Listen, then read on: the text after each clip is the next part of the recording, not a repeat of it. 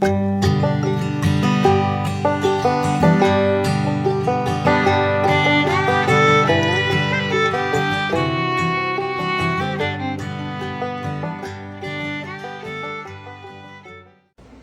morning, everybody. Welcome back to From the Holler.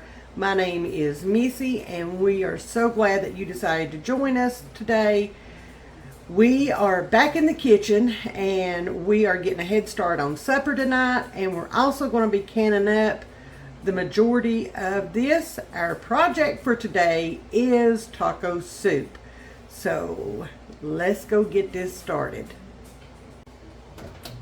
Alright, y'all, the first thing we want to do is we want to get our hamburger meat browned up.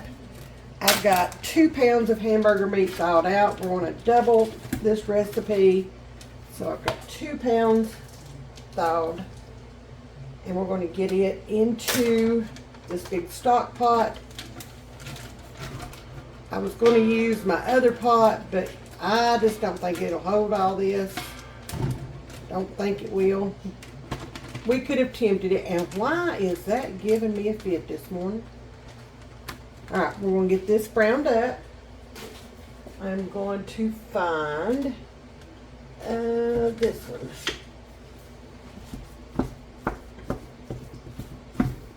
I'm just going to break this hamburger meat up.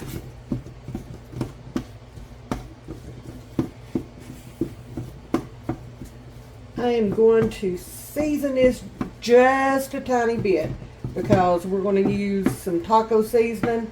So I don't want it to be too salty or anything like that. I don't want it to contradict the spices in the taco seasoning. But I do want to season this up just a little bit. And I'm just going to use salt and pepper. Just a tiny bit because our taco seasoning already has salt and stuff in it. So don't need a whole lot. That's about it.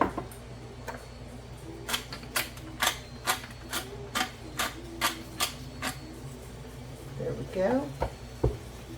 There we go. This is already starting to brown.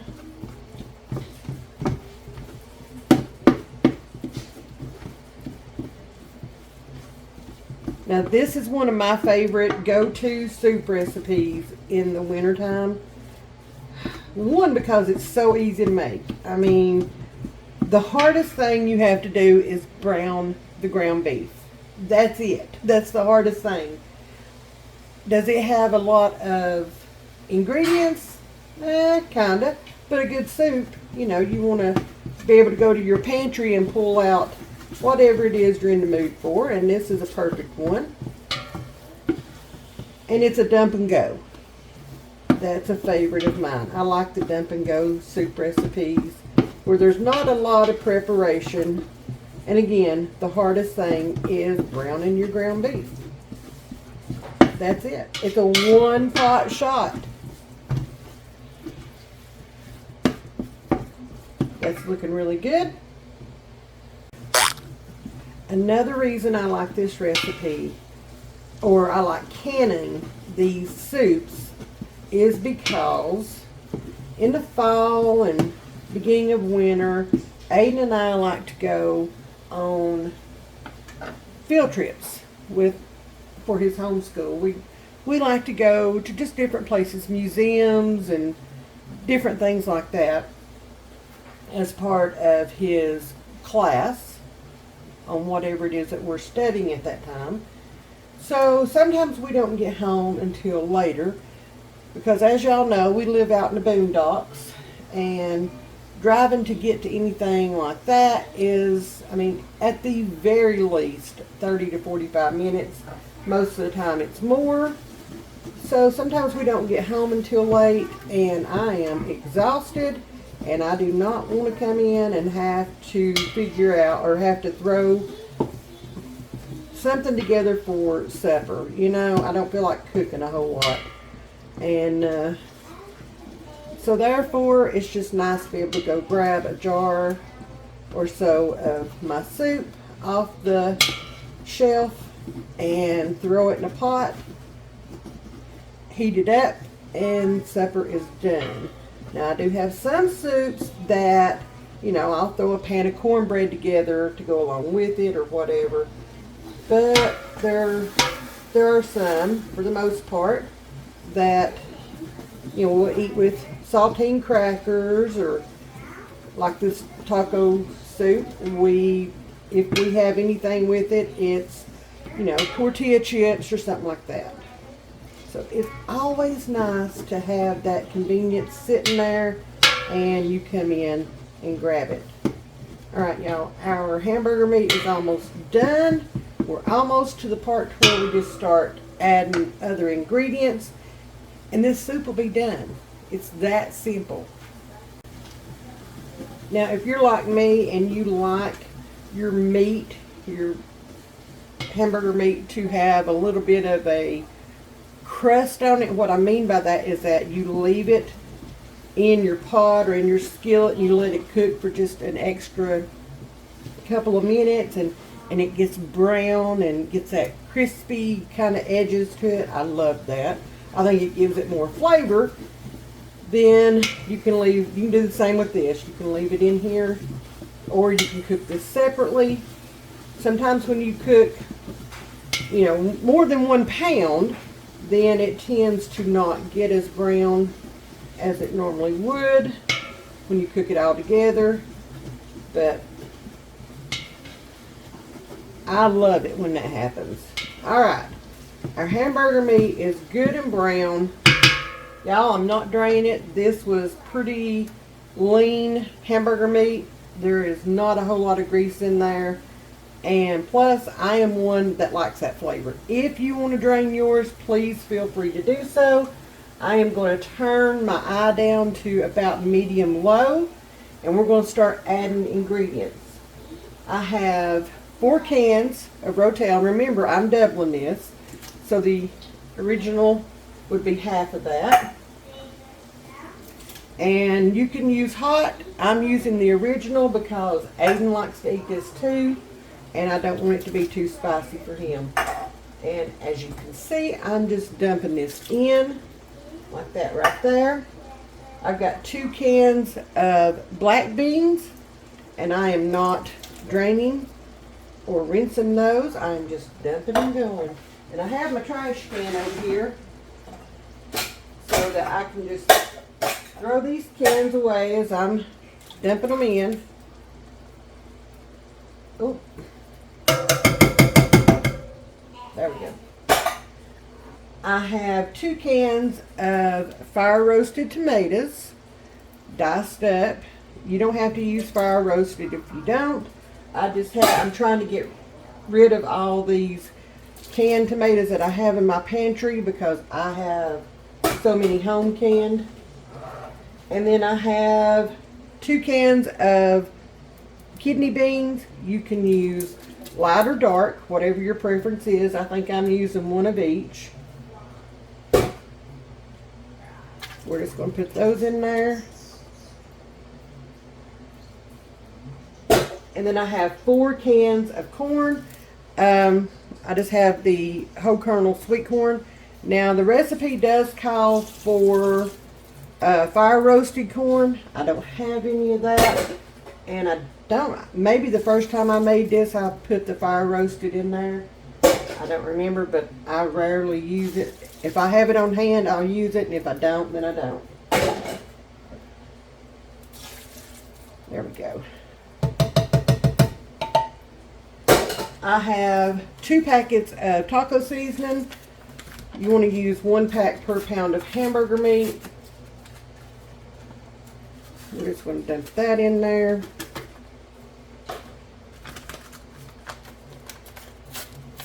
If you want to add a little extra, if you like that taco flavor, then you can. If you want to add any extra seasonings, feel free to. This is such a good soup. I mean, it just really is. Now, since I'm canning this, I'm going to add some water to it because I need the water. You can add beef broth, chicken broth, whatever you want to add to it to give it some liquid, but I'm just going to add some water. Y'all, this soup is done except for the water, and I'm going to go grab it. Trying to make sure that everything is mixed together. You could add onions to this. You guys, you can make this your own, however you want to do it. This is just the way that we love it and the way that I know it'll get eaten.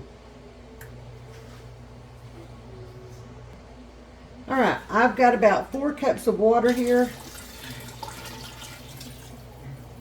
And I think I'm going to go get about 2 more. I want to make sure that I have enough liquid. Let me stir that in and see. I want to make sure that I have enough liquid because this has got to go in the pressure canner for 75 minutes. So I want to make sure that I have enough water in here to cover everything. So let me go grab about 2 more cups of water. I'll probably fill this up. This is a 4-cup measure. I'll probably fill this up, and then we'll just pour it in and see where we're at.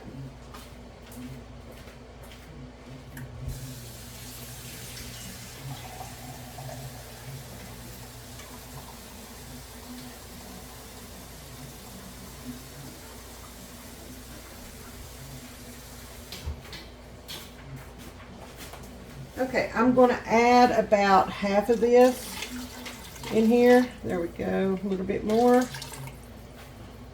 I think that's going to be plenty. Oh yeah. Oh yes. I'm going to bring you guys over here so that you can see what we are working with. Maybe, maybe not. Hold on, let me get this off this tripod. All right, y'all. There is that taco soup. Look how good that looks. How beautiful is that? That is going to be delicious. Now I'm just going to let this come up to a boil. I'm going to turn my heat back up. We're just going to let this come up to a boil. We're going to let it boil for just a couple of minutes. And then we're going to get it into some hot jars that is just now getting ready to come out of the dishwasher. And get this in the pressure canner. Ain't that gorgeous? Let's turn our heat up. All right. That's it. That's all there is to it. All right, y'all, we're on the other side. I am trying a new tripod and light, so we're going to see how this works. I know there are no second takes in this stuff. I don't think I would want to do a second one, but let's get these jars filled. I have 8 quarts out here. I don't know if I'm going to fill all of them up or not, but we're going to see what we come up with. Y'all, this smells so good. Oh, this may be what I have for lunch today. I don't know if I can wait till supper tonight or not. Oops, and I added too much to that. Let me get some of that out of there. I got to talking, wasn't paying attention. So let me grab some. Oh, wait a minute. There we go. I did it. Now I'm going to add some of this juice into it. And I think I want a 1-inch headspace here. So that looks about good. Let's move on down the line. I am going to set these over here where everybody can see. And we're just going to continue to fill jars. And y'all already know, you got to debubble this stuff. If you've been watching me for a while, this is crucial. Even though it's liquidy, there are other components in there, okay?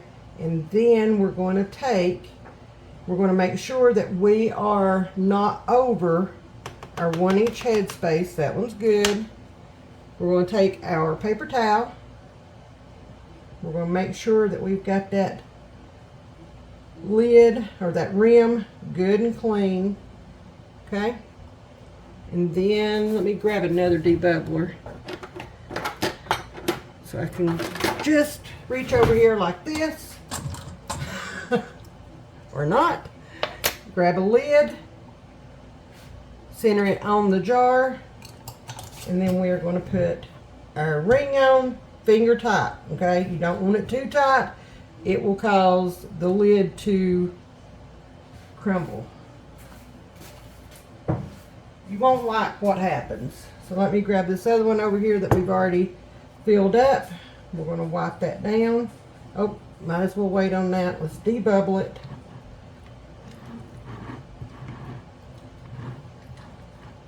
Now after you debubble, you may have to go back and add a little more, like that one right there.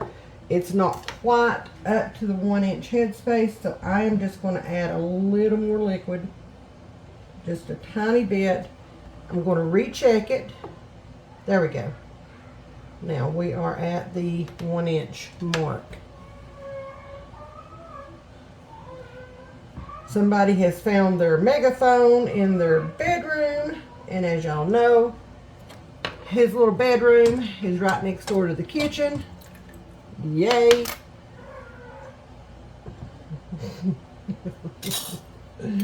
I may have been a little over ambitious when I got all these jars out. I don't know.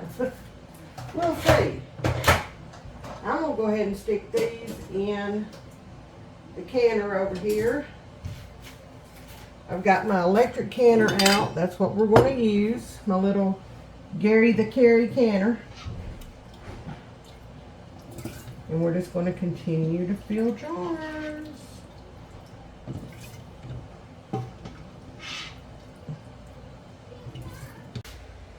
Alright, I'm going to show y'all. I've got my jars placed in my Carry canner, my electric canner. Even if you have I think it's a Nesco or a Presto, this is a way to do it in those two. And y'all, if you have a stovetop canner, then this is the same process as a stovetop canner, okay? So we're going to put 8 cups of hot water in here. My water gets pretty hot. So we're going to add those into there.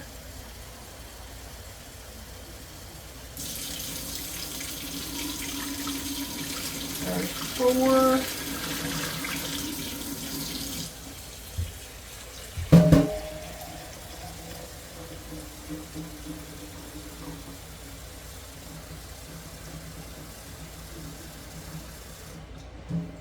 There's 8. Now, if you have hard water, or, well, like I do, I have city water, and I don't want it to leave all of that film on my cans, so I am going to add just a splash of vinegar, just a splash, and that helps with that process. Now, we're going to shut the lid. We're going to lock it in. This has to be set on exhaust, okay, to begin with. And then we're going to hit, oh, it'd help if I plugged it up. That might help a whole lot. Got my light plugged in over here so y'all can actually see. It's going to beep when it's plugged up. And then I'm going to turn this around so you got, maybe not. I'm going to bring you guys down here and I'm going to show you how to do it, okay? Alright, got y'all settled. Remove that. Alright, we're going to hit high. We're going to hit time. Quarts have to process for 75 minutes. And I went over. And then we're going to hit start.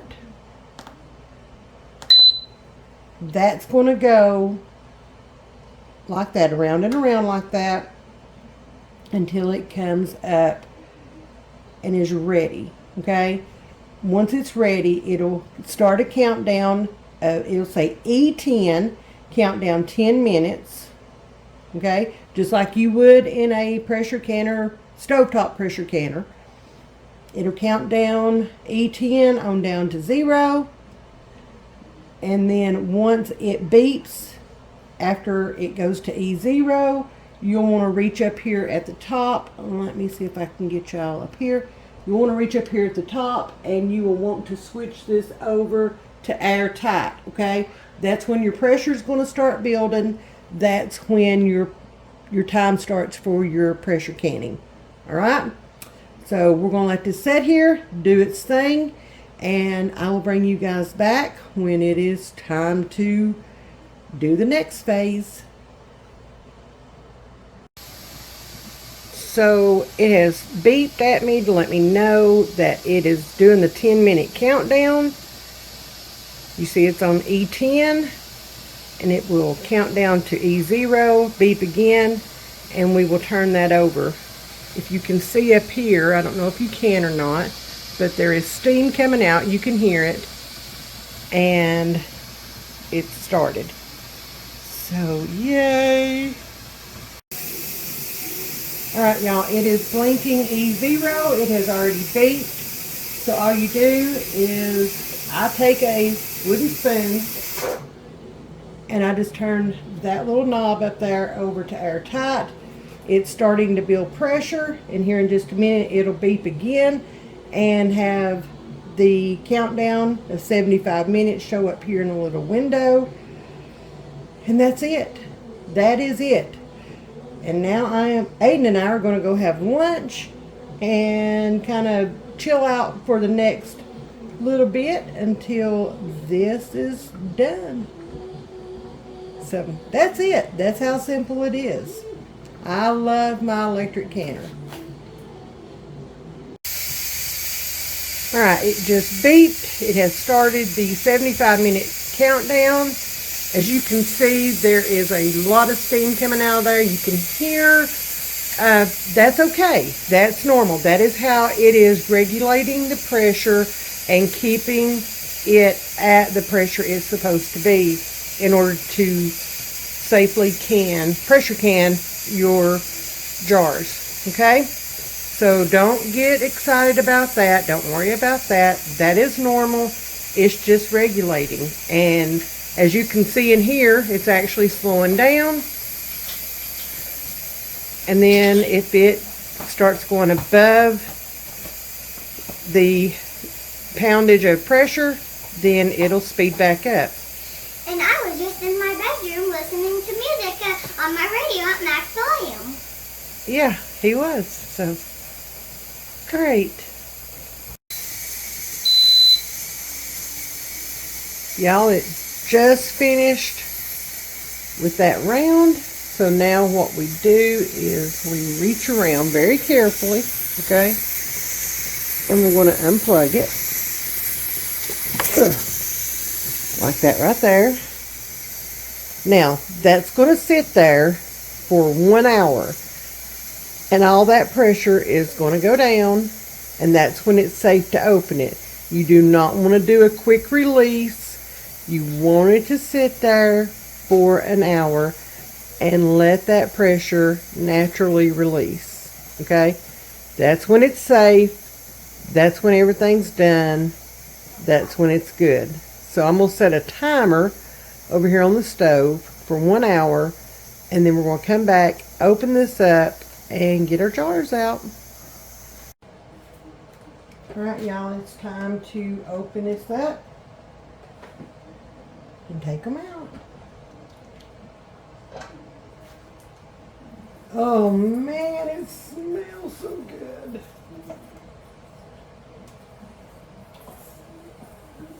Look at that. Look at that. Is that not beautiful? That's going to be some good eating.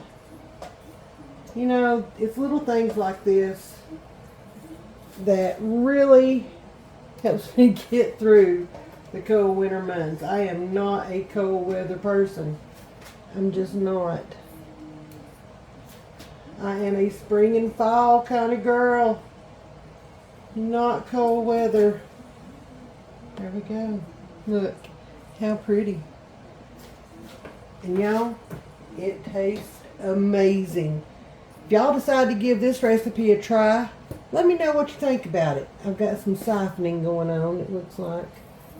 No, maybe not. It's on the inside. Duh. Inseam. Y'all, if you decide to try this out, let me know what you think about it. If you just try the recipe and you don't want to can it or whatever, make you up a pot of this taco soup and let me know what you think about it. So, thank y'all for watching. Thank y'all for being here. And as always, we will see y'all tomorrow. Much love, everybody. Bye, y'all. But wait, there's more. Y'all, I had a senior moment, and y'all are not going to believe what I did. If you have any guesses, put them down in the comments now. And I'll be back to tell you what I did here in just a minute. Y'all, I completely forgot that taco soup was supposed to be supper too. So I canned it all.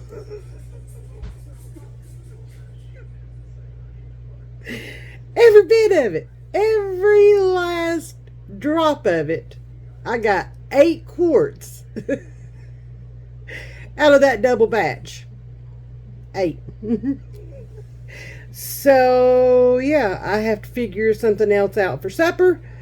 And now it is after 4 p.m. Y'all, I just can't with myself today. I can't. And I don't know what I was thinking, but yeah, so yay me. Love y'all. Mean it. See y'all tomorrow. Bye, guys.